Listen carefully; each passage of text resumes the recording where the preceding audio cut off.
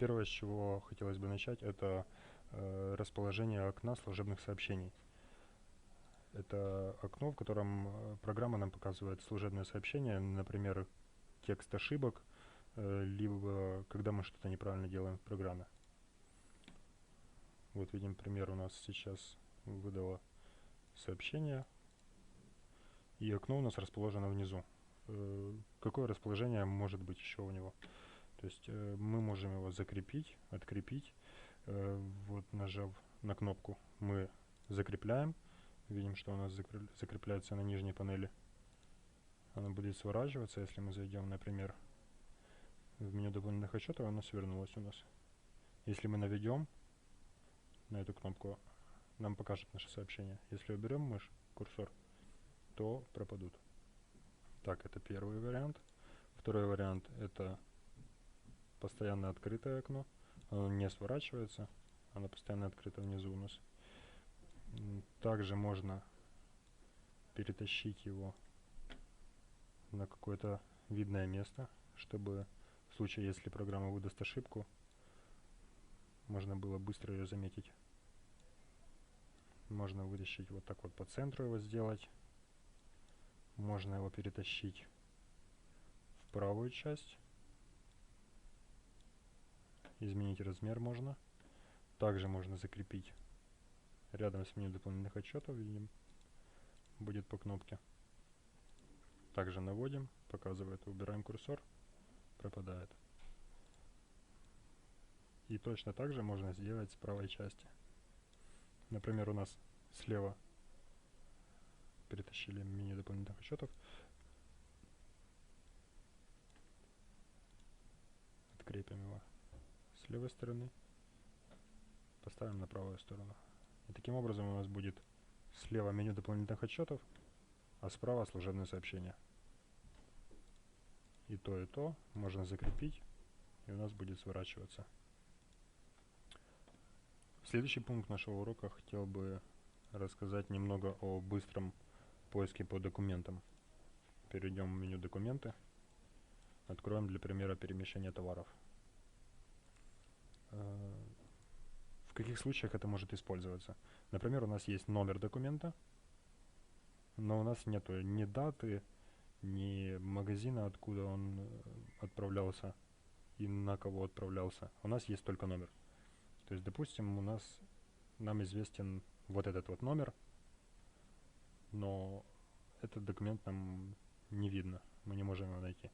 То есть, что мы можем сделать? У нас есть вот строка поиска. Сюда мы можем вбить 4, 5, 5, 9, 2, 8.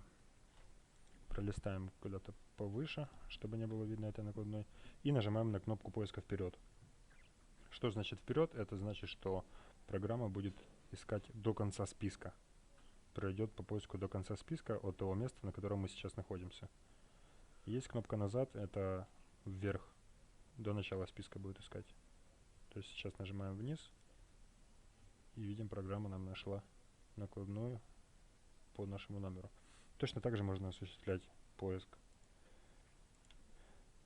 как по документам перемещения, как по документам прибытия, по корректировочным документам, по чекам возврата, по чекам продажи. Также для того, чтобы ускорить поиск по документам, можно дополнительно установить период, либо же дату. Для этого нажимаем на кнопку со стрелками в скобках на панели управления. У нас открывается окно, где мы можем выбрать период, начало поставить, например, 01.07 и окончание 31.07. То есть мы выбрали период целый месяц, нам выведет документы за месяц. Либо же мы можем поставить во вкладке «Период» конкретный день.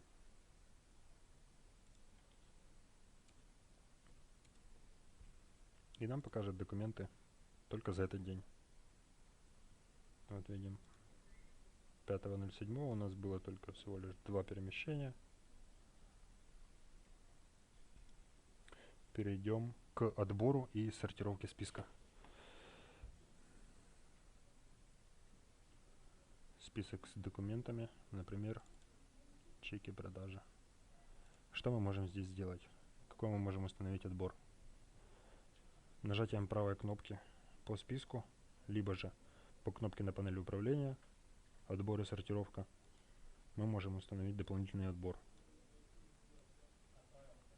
Отбор мы можем установить по следующим параметрам,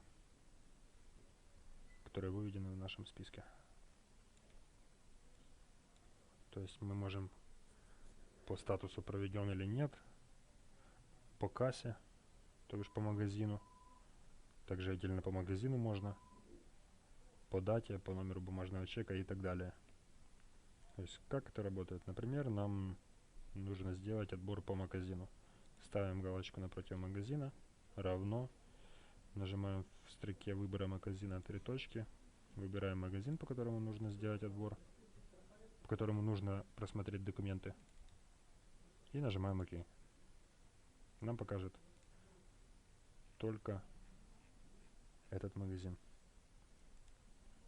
Дополнительно можно установить период или же день, за который нам нужно просмотреть документы. И программа выведет документы согласно нашему отбору. Это что касается отбора и сортировки списка. Далее рассмотрим способ вывода списка документов в таблицу Excel. Также давайте откроем перемещение товаров, сбросим дату без ограничения.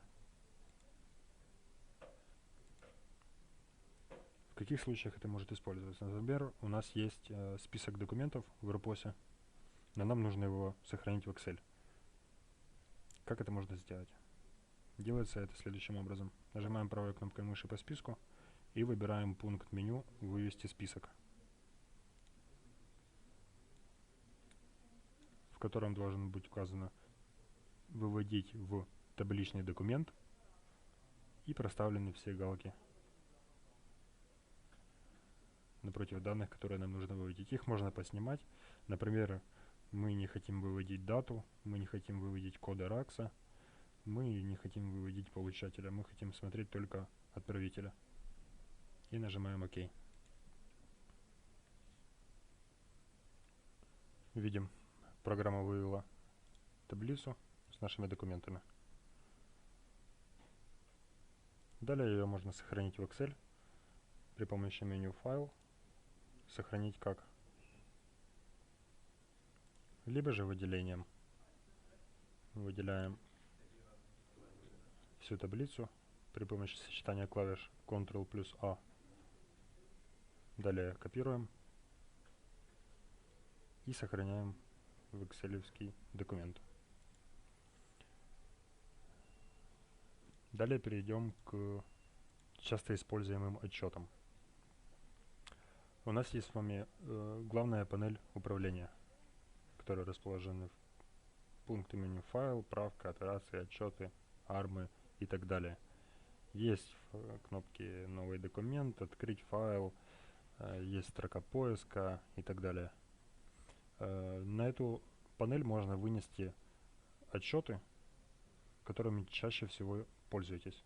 Для того, чтобы не заходить в меню «Отчеты», искать их в списке и открывать, можно вынести их прямо сюда. Будет здесь находиться вот значок по типу такого, и по одному клику у вас будет запускаться отчет. Как это делается? Для этого нужно нажать правой кнопкой по панели управления, выбрать пункт «Настройка». Откроется окно настройки главного меню. Далее перейти во вкладку «Команды». Список категорий листаем в самый низ. И одним кликом выбираем пункт «Все команды». Здесь у нас выводятся все наши функции. От отчетов до армов. От армов до пункта «Сохранить как». Это все можно вынести на главную панель управления. Так, как это делается? Находим нужный отчет. Например, чаще всего мы используем регистр продаж SKD-шный, и нам нужно его вынести на главную панель. Мы его зажимаем левой кнопкой и перетаскиваем на панель. Далее нажимаем «Закрыть» и видим, что он у нас появился на панели управления. То есть одним кликом он у нас быстро открывается, быстрый доступ к этому отчету. То есть еще раз, правой кнопкой нажимаем по панели управления, выбираем пункт «Настройка», переходим во вкладку «Команды», находим пункт «Все команды» и находим нужный отчет, либо же функцию, которую нам нужно вынести на главную панель управления. Зажимаем ее левой кнопкой мыши и перетаскиваем на панель управления. И у нас появляется кнопка по этому отчету.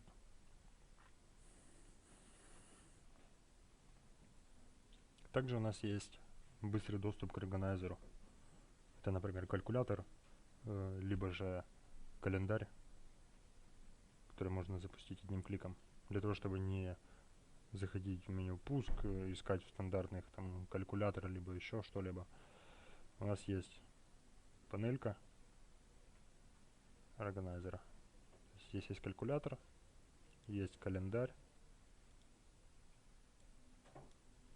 Также при помощи этой панели можно временно заблокировать программу. Нажимаем, и у нас программа сворачивается. Для того, чтобы войти в нее, нужно ввести пароль, если он у вас установлен.